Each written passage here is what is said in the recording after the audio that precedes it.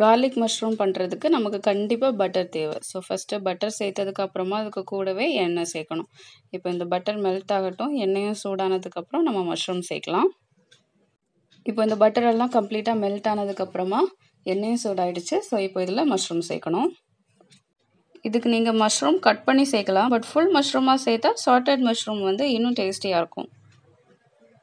Mushroom இந்த அளவுக்கு சாட்டே பண்ணதுக்கப்புறமா இதில் நான் ஆப்பிள் சைடர் வினிகர் சேர்க்குறேன். இதுக்கு பதிலாக நீங்கள் லெமன் ஜூஸ் சேர்க்கலாம், இல்லை ஒயிட் ஒயின் கூட சேர்க்கலாம். ஸோ இந்த மூணில் உங்களுக்கு எந்த ஃப்ளேவர் பிடிச்சிருக்கோ அதை நீங்கள் சேர்க்கலாம்.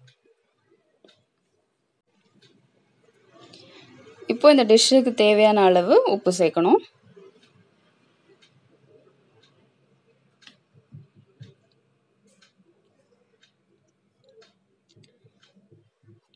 உப்பு சேர்த்ததுக்கப்புறமா இதுக்கு கூடவே பிளாக் பெப்பர் பவுடர் சேர்க்கணும்.